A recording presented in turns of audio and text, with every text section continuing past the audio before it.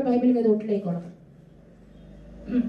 ప్రార్థన చేయనప్పుడు మీరు ప్రార్థనలో ఎలాంటి వ్యర్థమైన మాటలు మాట్లాడకూడదు. హల్లెలూయా.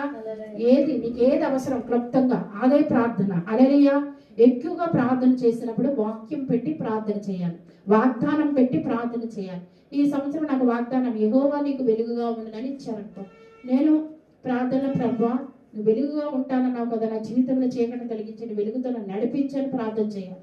అలాగ వాగ్దానాలు ఎత్తిపెట్టి ఏదైనా మీరు కన్నీరు కారుస్తున్నప్పుడు ప్రార్థన చేసినప్పుడు దేవుడు ఒక సేవకుల ద్వారా వాక్యం ద్వారా మాట్లాడినప్పుడు ఆ వాక్యాన్ని హృదయంలో జ్ఞాపకం చేసుకుని ఆ వాక్యం పెట్టి ప్రార్థన చేయాలి. అప్పుడు సాతానుడు గడుస్తాడు. హల్లెలూయా. దేవుడు ఉపవాసం ఉన్నప్పుడు సాతాను ఆయన్ని శోధించిందా లేదా?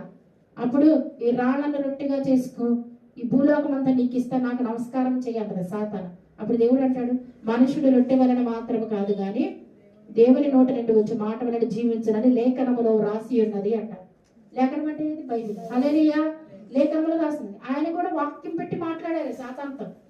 కాబట్టి నీకు భయం వేసినప్పుడు నువ్వు వాక్యం ఎత్తిపెట్టి ప్రార్థన చేసినప్పుడు దేవుడు నీ జీవితంలో అద్భుత కార్యాలు చేస్తారు. హల్లెలూయా. నీకు శత్రువులు లేని భయం ఉందా?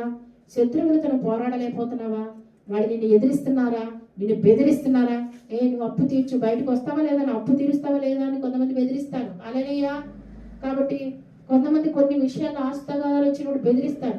అలాంటి సందర్భాలను మనుషులను ఆశ్రయించాల్సిన అవసరం లేదు, భయపడాల్సిన అవసరం లేదు.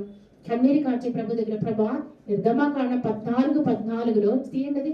నిర్గమకాండం 14:14 ఊరక నిలిచి చూడండి, యెహోవా మీ పక్షమా యుద్ధము చేయనన్నావు కదా, దేవా నా పక్షాన్ని యుద్ధము చేయవా అని మీరు ప్రార్థన చేసినప్పుడు దేవుడు మీ పక్షాన్ని యుద్ధం చేస్తాడు. హల్లెలూయా. అలాగ ప్రతి సమస్యకి ఒక వాక్యం పెట్టి నువ్వు ప్రార్థన చేయొచ్చు. హల్లెలూయా.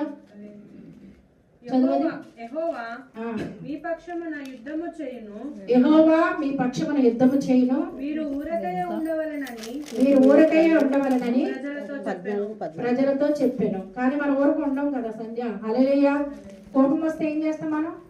కోపం వస్తే వాళ్ళు ఒకటంటే, నేను చెయ్యని పనికి ఎందుకు అనాలి, నేను అనని మాటకి ఎందుకు అనాలి, నేను చెయ్యని పనికి ఎందుకు నా మీద నిందేయాలి, నేను చెయ్యని నాటికి ఎందుకు అనాలి, ఎందుకు అలా మాట్లాడాలి అని చెప్పి దెబ్బ దెబ్బ దెబ్బ దెబ్బ